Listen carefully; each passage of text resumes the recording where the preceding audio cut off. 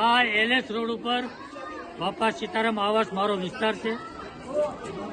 2 દિવસથી જે સતત વરસાદ વરસી રહ્યો છે, આ વિસ્તારની અંદર 6-7 ફૂટ પાણી હતું. લોકોના ઘરમાં પાણી ઘૂસી ગયા હતા. સવારથી અમે અહીંયા સૌ ટીમે કામે લાગી છે.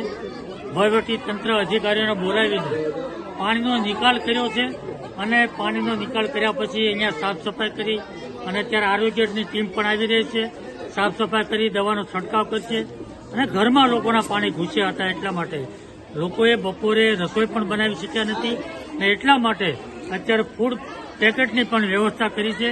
અત્યારે બધાને ફૂડ પેકેટ આપીશું અને બધા લોકો એ ફૂડ પેકેટ નો આરોગશે અને આજે જે કંઈ પાણીનો ભરાવો થયો હતો એ તમામ પ્રકારનો નિકાલ કરી અને વ્યવસ્થિત વ્યવસ્થા કરી આપી છે. લોકો શું કહી રહ્યા છે? ફૂડ પેકેટ આપ્યા, કેવા આશીર્વાદ? બસ લોકોના તો કામ કરીએ અને લોકોને ઉપયોગી થઈએ તો આશીર્વાદ તો મળવાના જ છે. લોકોના આશીર્વાદ એ ઠાકોરજીના પ્રભુના આશીર્વાદ હોય છે.